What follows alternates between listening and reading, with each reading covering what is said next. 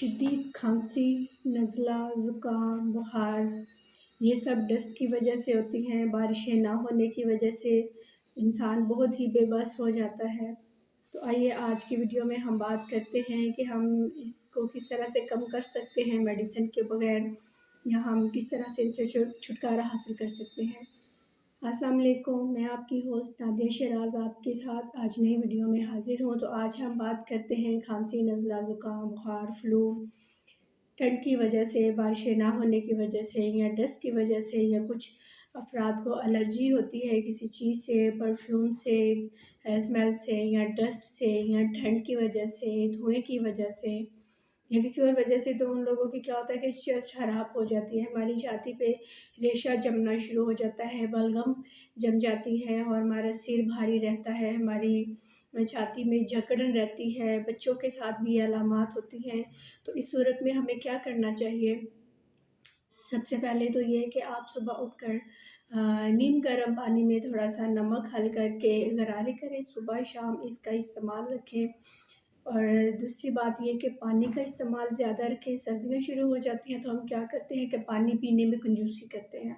ऐसा हरगिज़ ना करें, क्योंकि हमारी छाती में बलगम पहले ही बहुत ज़्यादा से जम गई होती है। तो इस सूरत में अगर हम पानी भी नहीं पिएँगे तो मज़ीद वो जमती रहेगी, जिसकी वजह से साँस लेने में दुश्वारी होती है और आपकी हालत ज़्यादा ख़राब हो सकती है। तो आप क्या करें, आप दिन में पानी का इस्तेमाल भी रखें, नीम गर्म पानी पिएँ, ताकि वो जो रेशा है, वो जो एक सिक्रीशन आपके अंदर बनी है, वो पिघलती रहे और बहाने के रास्ते और यूरिन के रास्ते वो जो है निकलती रहे।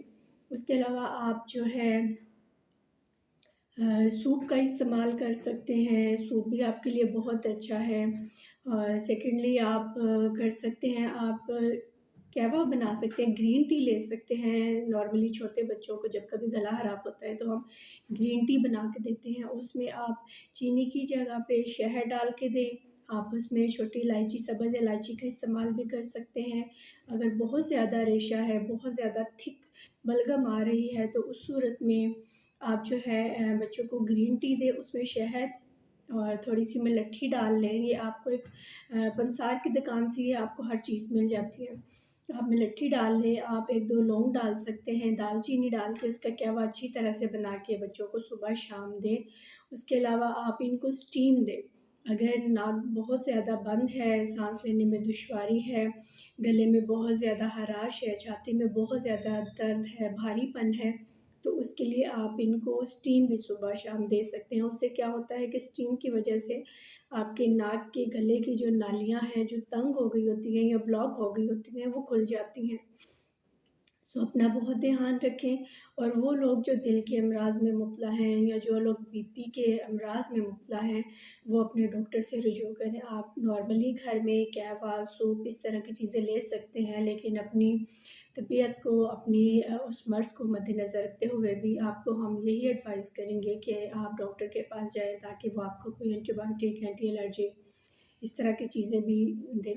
तो जैसे सर्दी है तो आप कहवे का इस्तेमाल ज़्यादा रखें। आप नीम गर्म पानी में नमक डाल के गरारे करें, उसके बाद आप स्टीम लें, आप कहवा लें, आप सूप लें, अपने आप को गर्म रखें, पानी का इस्तेमाल सर्दियों में ज़्यादा रखें।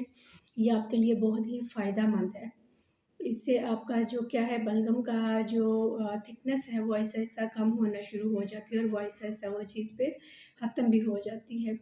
आप अंसार से लेके आ सकते हैं, आपको दालचीनी का पाउडर भी मिल जाएगा, आपको लौंग भी मिल जाएगी, कड़ी पत्ता है, इसके अलावा इलायची है और मलट्ठी पाउडर है। ये सारी चीज़ें आपको मिल जाएगी। ये ला के सर्दियों में आप घर में रखें, और इसका कहवा बना के छोटे-बड़े हर उम्र के सब लोग इसको इस्तेमाल कर सकते हैं। आप इसका इस्तेमाल दिन में किसी टाइम भी कर सकते हैं, और इससे आपको बहुत ही फ़ायदा होगा। अगर आपको मेरी आज की वीडियो ये अच्छी लगी है, तो मेरे YouTube channel Nadia family vlog को सब्सक्राइब करें। अगर आप न्यू हैं, सब्सक्राइब करें, बेल आइकन को दबाएं, ताकि मेरी हर नई आने वाली वीडियो आप तक पहुंचे। मेरे पास कुछ ना कुछ आप लोगों के लिए इन्फॉर्मेशन होती है जो आपके काम आ सके।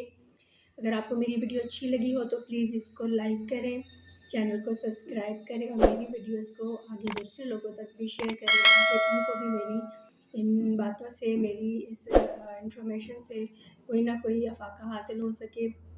आप सबका बहुत शुक्रिया।